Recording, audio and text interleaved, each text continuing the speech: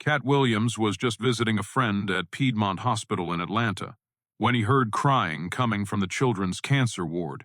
The sound stopped him cold in the sterile white corridor, not the typical adult tears he might expect in a hospital, but the heartbreaking sobs of a child. He could have walked away, minded his own business. His friend Marcus was recovering well from his car accident. His driver was waiting outside, and he had a show at the Fox Theater that evening. Just another day in the life of one of comedy's most recognizable voices. Most people would have pressed the elevator button and gone about their day. After all, hospitals were places where people dealt with pain and suffering every day. It wasn't his place to get involved. But Katt Williams had never been most people. Instead, he made a decision that would turn one little girl's worst day into her most magical one. The afternoon Georgia sun streamed through the hospital windows as Katt made his way toward the elevator. He'd just spent an hour with Marcus, a fellow comedian who'd been laid up after getting hit by a drunk driver. As he approached the elevator bank, the crying grew louder, coming from around the corner where a colorful sign read, Pediatric Oncology Ward, the Children's Cancer Unit. Katt felt something tighten in his chest.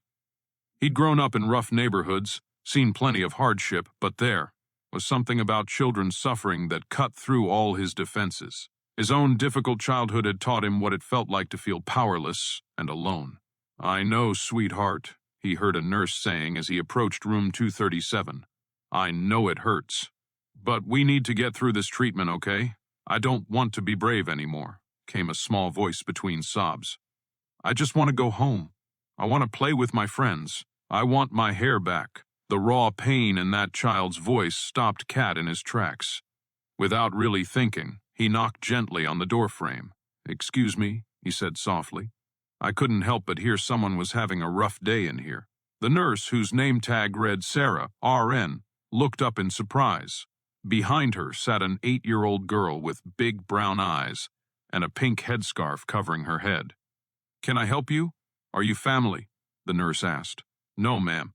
I was just visiting a friend and heard crying.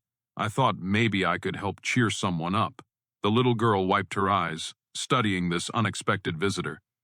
"Are you famous?" she asked in a small voice. Katt chuckled softly.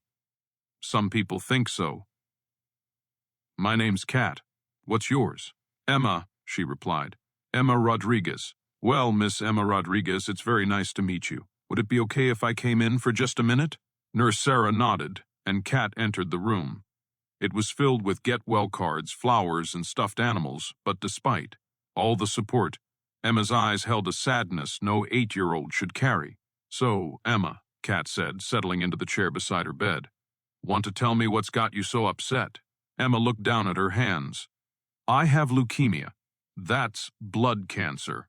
I've been sick for 8 months, and today they had to do another bone marrow test." She looked up with eyes that seemed much older than 8. It really, really hurt.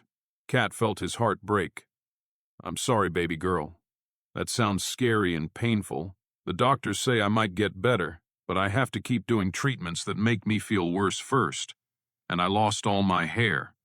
She touched her headscarf self-consciously. "The other kids used to stare at me. Can I tell you something?" Katt leaned forward. "Some of the strongest, most beautiful people I know don't have any hair at all. And you've got something way more important than hair." "What?" Emma asked. "You've got spirit. You've got fight. I can see it in your eyes. Plus, you've got excellent taste in headscarves. Pink is definitely your color." For the first time since he'd entered, Emma smiled. Just a little, but it was there. "What did you want to be when you grew up?" Katt asked. "Before you got sick?" Emma's face lit up slightly. "I wanted to be a comedian, but I don't know if I'm funny. My dad used to laugh at my jokes, but he's not around anymore." Where's your dad?" Katt asked gently. "He left when I got sick," Emma said simply. "Mom says he couldn't handle it. She works 3 jobs now to pay for my treatments." Katt felt anger flash through him, but he focused on Emma. "Well, your dad is missing out on knowing one incredible little lady. And as for being funny, humor isn't about making perfect jokes. It's about finding light in dark places. If you can smile while going through all this, you've already mastered the hardest part of comedy." "Really?" Emma asked, her eyes brightening. "Really. What's the funniest thing that's happened to you in this hospital? Emma giggled. Last week, Dr. Patterson had a smiley face sticker stuck to his forehead during rounds, but he didn't know it. He walked around for 2 hours asking why kids kept giggling at him. Katt burst out laughing. Now that's comedy gold. Did anyone tell him? Nurse Sarah finally did, Emma said, pointing at the nurse. He turned so red but then started laughing too. He kept the sticker on for the rest of his shift. See? You already understand comedy. It's about finding joy in unexpected moments. Katt studied her brightened face. Can I tell you a secret? The best comedians aren't the ones who never face hard times. They're the ones who face the hardest times and still find reasons to laugh. Nurse Sarah approached with medication. Emma, it's time for your afternoon pills. As Katt started to leave, Emma grabbed his hand. Wait, will you come back? Will you teach me more about comedy? Katt looked into those hopeful eyes. You try and stop me, little lady, but I have a better idea. How would you like to come to one of my shows when you're feeling better? Emma's eyes went wide. Really? A real comedy show? A real show. Front row seats. But you have to promise me you'll keep fighting and keep finding things to laugh about. Deal? Deal. Emma squeezed his hand. Katt pulled out his phone. I'm giving Nurse Sarah my number. Anytime you're having a bad day, have her call me. I don't care what time it is. Mr. Williams, you don't have to. The nurse started. Yes, I do, Katt interrupted. This little girl is fighting a battle most adults couldn't handle. And she's doing it with more grace than I see in my audiences. She reminds me why laughter matters. He turned back to Emma. You are not just fighting cancer, you are showing cancer who's boss. Every day you wake up and keep going. You're winning. Every time you smile, you're proving your spirit is stronger than anything trying to defeat it. Emma's eyes filled with happy tears. Thank you. Katt kissed the top of her headscarf. No, baby girl, thank you.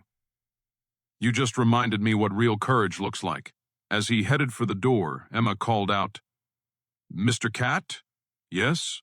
What do you call a fake noodle? Katt grinned. I don't know. What? An impasta.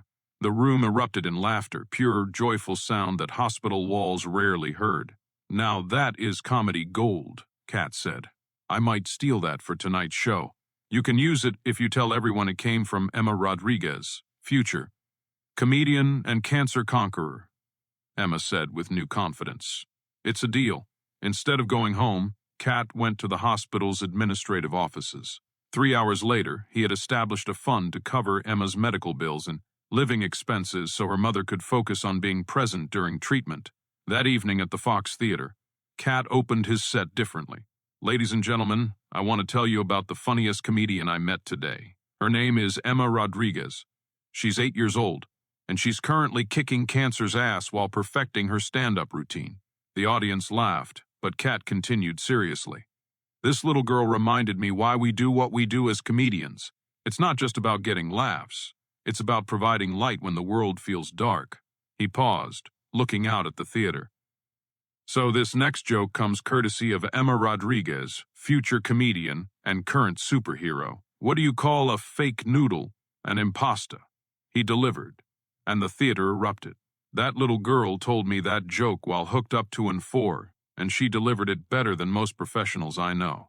Because she understands that comedy isn't about being perfect, it's about being real. The standing ovation wasn't just for the joke. It was for Emma, for courage, and for the reminder that the most profound moments come from unexpected encounters. Back at the hospital, Emma slept peacefully with a card on her bedside table, to Emma Rodriguez, the funniest person I know. Keep fighting, keep laughing. Your friend always, Katt Williams. P.S. I told your joke to 2,000 people tonight, and you killed it. 6 months later, Emma Rodriguez walked onto the Fox Theater stage in complete remission, her hair grown back in soft curls, ready to deliver her first official stand-up routine to a sold-out crowd. Katt Williams stood in the wings, tears streaming down his face, as the little girl who had reminded him why laughter mattered showed the world what a real comedian looked like. You know what I learned? Emma told the audience as she finished her set. Being sick doesn't make you broken. It just makes you appreciate the good stuff more. And laughter is always good stuff. Sometimes the most important performances happen not in front of thousands, but in a quiet hospital room where one person decides another person's pain matters enough to stop, listen, and offer the gift of their presence. Because laughter is contagious in the best possible way. And Emma Rodriguez and Katt Williams proved that even in the darkest places, comedy can be a light that guides people home.